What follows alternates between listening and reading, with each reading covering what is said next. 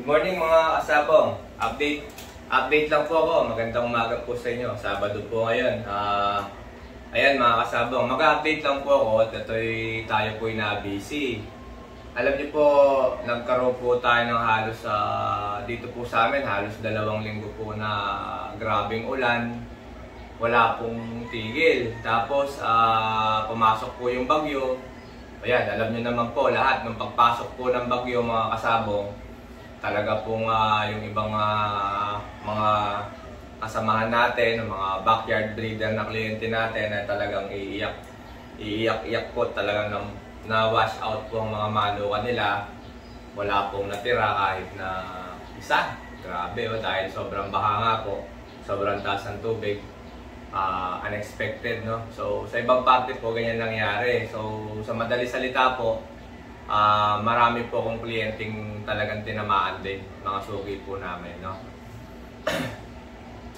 Mga sabong, dahil dito mga sabong, kami naman ay sabi ko nga continuously sa mga manok natin, kung anong ginagawa ng isang breeder sa pang-araw-araw, ginagawa dito sa farm. Ngayon po, sa mga prices po namin ng mga manok, sinagad-sagad ko na po sa presyo, no, mga kasabong. Binabahan ko na po. Tapos yung mga ano po natin, yung mga age na available po ngayon, 4 months na po. May wala na po tayong 3 months talaga. No, 4 month age na po yung pinakabata. Kaya lang doon sa price po natin na trio, doon po sa 4 months, ang ginawa ko po, kumbaga sa binigay ko na po ngayon yung expo price, kumbaga sa pinakamababang presyo po na may bibigay namin. Ginawa ko na pong sagad, tapos plus 1 po, plus 1 po sa quadro na tayuntik po 4 months. Tapos yung mga breeding age naman, which is yung po yung demand, kasi pagka bumili ka po ng breeding age ngayon, that is 7 to 9 months old, pullets tsaka stags, magagamit nyo na po kagad. Yung mga 4 months age po kasi, most of the time, baka maghintay pa kayo ng 4 na buwan. Kasi depende po sa nag-aalaga yan. Pagka ganado sa nag-aalaga, ganado kumain, mabilis po lumaki. Pag marami hong kumain, mabilis din lumaki. So, nang nasa nag-aalaga po yan. Di sa mga kasabong, doon po sa mga breeding age namin, mga kasabong, kasi ang original po na presyo talaga ng trio dito is 65. Okay, 15,000 po yung babae, tapos 35 po yung broodstag. Ngayon mga kasabong, binaba ko na po. Sinagad sagad ko na po sa presyo. Tapos meron pa po akong ilang available, kasi ito yung isa sa pinakamarami ding nakuha pala, yung low budget set natin trio na batching ko lang.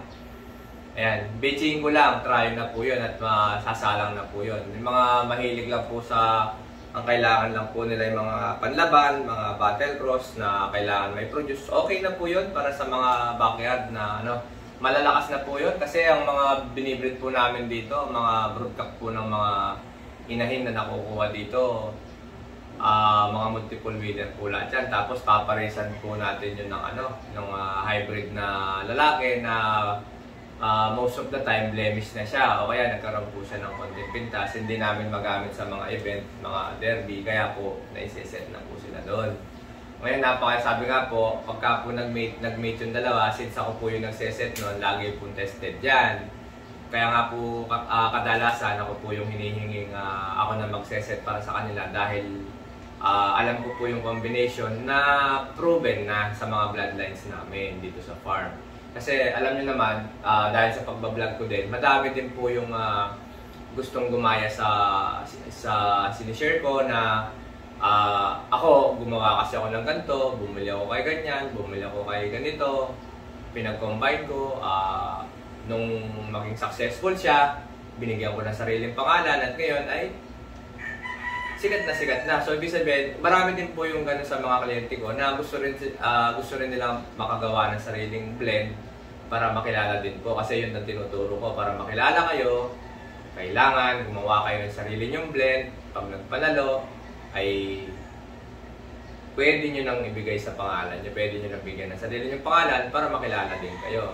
So ako naman po, dun sa mga siniset kong personal, dun naman po para dun sa mga sabi ko nga, beginners. Kasi sa beginners talaga, mga kasabong, mahirap naman yung biglaan na, hindi mo naman mabibigla yun talaga na sumikat ka kagad. Kasi unang-una, kahit sumikat ka kagad, unang-una, kailangan mo ng manok. So kailangan mo rin mag-produce ng maraming manok kasi pag dumating yung time na kasikatan mo na, ay maraming bibili sa'yo, wala ka naman ibebenta, anong gagawin mo? Bibili ka sa iba, tapos ibebenta mo, di masisira ka din naman. Di masisira ka sa ganun kasi po, pagka po yung mga pinapasang ganun, hindi naman nagpanalo, puro talo, ano po sila? Masisira din po sila. So mga kasabong ngayon ha, sabi nga po, ako, nung isang araw lang, nandito sila Sir Joey Hi Sir Joey, Sir Edu, yan. Nandito sila, umikot po kami sa mailang kaibigan kong breeder na dito sa Quezon Province. Okay, meron po kaming grupo dito. Marami akong grupo dito, mga kasabong na kinabubuan, tatlong grupo na malalaking tao din ang mga kasama namin, mga breeder din. Magagaling na breeder. Meron po kaming kanya-kanyang mga pinanghahawakang titulo dito bilang isang breeder o bilang isang sabungero dito sa area ng Quezon. So kami po, sinamahan ko sila Sir Joey, sila Sir Edu, alam mo yung trabaho po nila, yung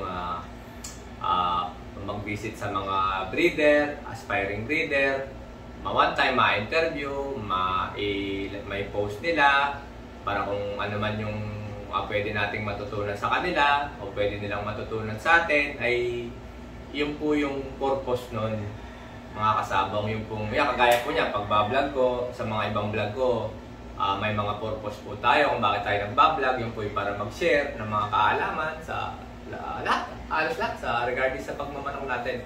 Ayan mga kasabong. Tapos, mga kasabong, sabi ko nga, dito po kasi, alam niyo po dito, 60% po ng sales namin dito sa farm, talaga pong hindi po sila pinopost kasi alam niyo po marami po akong kliyenteng mga politiko, mga kliyenteng mga general, police na hindi naman po natin pwedeng i-post kasi mga public ano po sila, okay, nasa gobyerno po sila. So, ka-profession naman po kasi natin ay hindi naman po, wala naman po pinipili. Okay, hindi naman po pinipili yung dapat ganito ka, profession mo, dapat kahit wala kayong profession, ito pong nakahiligan natin. Talaga pong in general, talagang pangkalahatan po ito. So, alam po yun, yung mga pinopost ko po sa social media, yung minsan yung post natin ng mga sales, yung iba po hindi po kasi nagbabasa ng caption. Usually po talaga, pag na-post po sa page ko o sa YouTube ko o sa main Facebook ko, yung isang trio, paid na po yun. Kailangan lang magbasa kayo ng caption. Kaya nga po sabi ko, pagka po may request kayo, meron po kayong personal na request, kailangan mag-PM po kayo. Alam niyo po kahit busy ako, gagawan ko po ng paraan ma-provide yung ni-request yung video, tryo, breeding materials, para po makita nyo bago po mangyari lahat ng transaction. So, approve ninyo na lahat. So, ako naman po, pinoprovide ko muna lahat ng details, wing band, leg band, manok, video, picture, para po bago po yung transaction natin lahat. Ayan mga kasabong ha, ulitin ko lang, ito po yung ko ngayong umaga, pinaka-agenda ko po na pagbibideo ko ngayon, pagbablog ko ngayon, para lang po sa mga kliyente namin na marami po akong binago, bottom line, down price. Okay, down price sa mga breeding stocks. Meron pa po tayong konting-konti po dun sa batching ko na trio na pwede kong share para sa mga low budget. Tapos dun po sa mga 4 months naman, yung price po namin sa trio doon, ginawa ko na po siyang quadro. Meron po akong +1 sa kanila, dagdag. Okay, manggagaling po sa akin yun. So, instead na trio, magiging quadro na po, pero presyong trio. Tapos, din naman po sa mga full-grown breeding materials natin na nasa 7 to 9 months, ibig sabihin, mapapakinabangan na. Doon po pinakamarami yung Class A, pwede po kayong mag-message, mag-mensahe sa akin ng diretso. Tapos, ito nga po, sinabi ko na nga po, binagsak ko na po ang presyo para po marami po yung maka-avail. Kasi, August na po tayo ngayon, after po ng Expo, which is August 16. Sa malamang sa hindi, baka po wala na rin kaming may benta na pang-breeding. Kasi ngayon pa lang po, paubos na po yung sa low budget, tapos ang matitira naman po sa Class A, hindi ko po masabi, baka, mga kasabong, baka 20 tryo lang. Ganun po kakonti mga kasabong. Baka 20 tryo lang po sa Class A. Okay, hindi po tayo ganun kalaking producer. Hindi po tayo kagaya ng nila Boss Atong na nagpo-produce po ng 10,000 sa isang taon. Hindi po natin kayang sustentuhan yung ganung karaming manok kahit po mag-full blast ako sa talaga pong hindi po kaya. Kaya po pinoproduce lang namin sa isang taon, yun lang po kaya namin i-sustain. Tapos lahat naman po yan, ultimong mga winner ko dito, kapag ka po may mga interested at mga willing pong bumayad ng presyo pong tama para sa mga big event winner namin, binibigay ko po lahat yan. So mga kasabong, sabi ko nga, ito pong pag-share ko sa mga ito na mga low budget at kung pagbababa ko ng presyo sa mga klase, ay parang tulong ko na din po sa ibang breeder na suki yung iba, karamihan hindi po suki, pero yung suki po hindi nyo na nakikita pa dito nung pinopost namin. Talaga pong pag sila'y namili, kaya po minsan nabibigla na lang kayo kung bakit sold out na kaka-message nyo lang sa akin. Kasi po, first time, yung karamihan po dyan, first time pa lang nila akong natunugan. First time pa lang nila nakita yung mga laban. First time pa lang nilang nakita yung video ko. First time pa lang nilang nakita yung vlog ko. Nung marinig ako, nung marinig yung mga sinishare natin, alam nilang ibang tao ito. May pagkakaiba ito sa ibang vlogger lang. Iba vlogger lang. Talagang, alam niyo po yung mga ganong kasabang. Marami po kasi dyan. Talaga pong napakadami mong bumenta dahil sa pagbablog. Pero yung manok, importante. Yung manok po, importante kung saan nakakarating ang linyada niya, kung ano-ano bang kayang i-achieve ng linyada niya. Minsan po yung puwang wala. Tapos yung mga kasabang, minsan po wala sila may pakita kahit na trophy. Yung iba naman po, ginagawa na lang dahilan na breeder lang sila. Hindi po sila naglalaban. Hindi ko rin po masyadong inaano yung ganun kasi hindi po namin pwedeng ibenta ang isang manok na hindi namin nasusubukan na matibay sa linyada.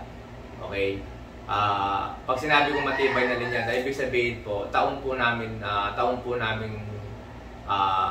ginugulan ng panahon. Sinubukan muna ng halos isang taong buong laban bago po namin mapatunayan na ito po pwede namin ipagpatuloy at matibay po sa panalo. Okay? Yung po minsan na hindi nila kaya gawin. Okay, dahil nga laging pader nila, laging dahilan nila ay dahil nagbibod lang sila at hindi sila naglalaban. Okay, kaya wala din daw silang trophy.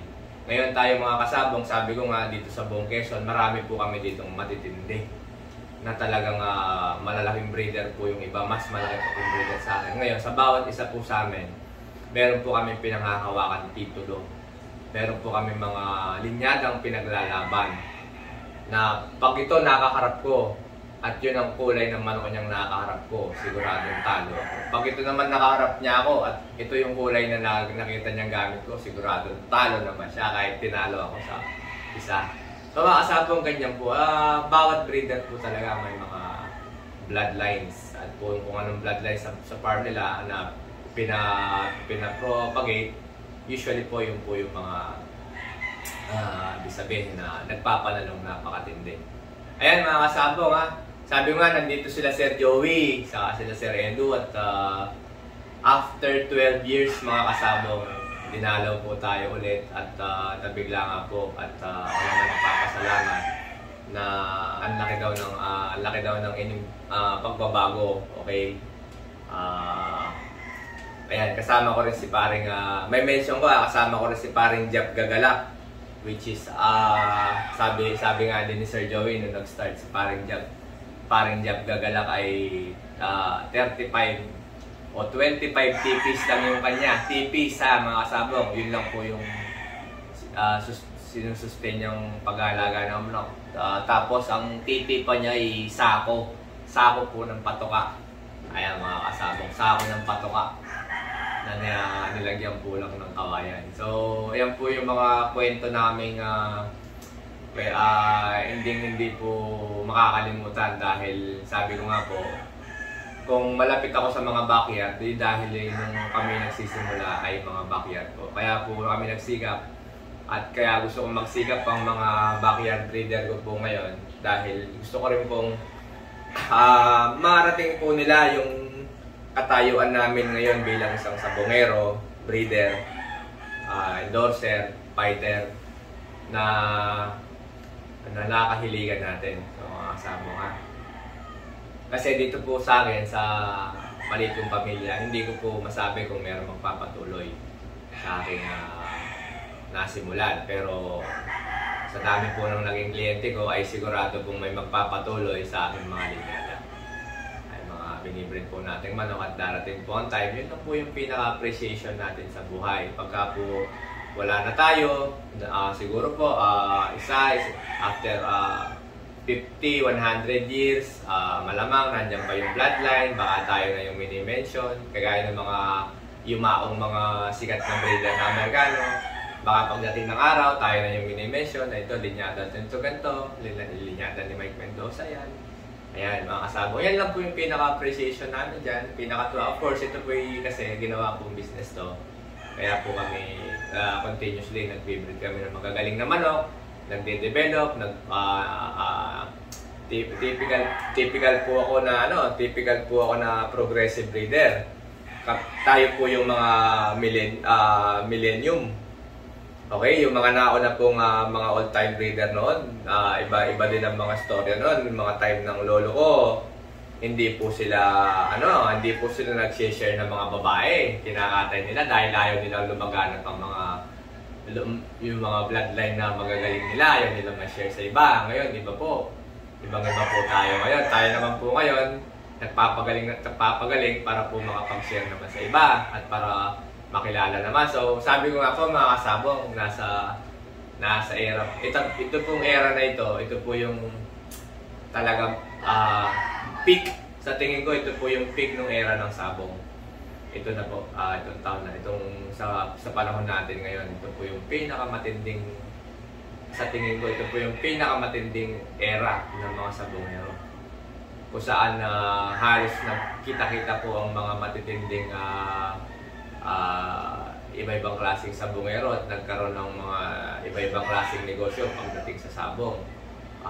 Meron tayong mga traditionals, online.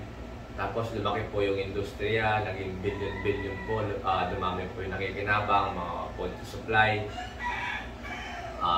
mga local government, mga nakikinabang sa atin, mga breeders, sabongero. Kaya po sabi ko, ito po yung pinakamatinding taon ng mga sabongero. Kung saan ang competition po ay lagi pong wala pong nag-dominant. So kita nyo naman, kahit ako, bumabangga po ako sa mga Lord of Sabong sa gitna, ay kayang-kaya na po natin. Mga makasabong, kayang-kaya po natin ipanalo. Siyempre, hindi naman natin sila tatalunin kung araw-araw. Dahil unang-una sa bilang ng manok, no? Pero yung kung one time na nagkaroon ka ng pagkakataon, makakatapat mo, makakalaban mo, maniidolo mo, at natsambahan mo, na ipanalo mo, malaking achievement na po yung para sa individual na breeder. So, the rest will probably history. Mga kasabong. Ayan mga kasabong ha. Okay.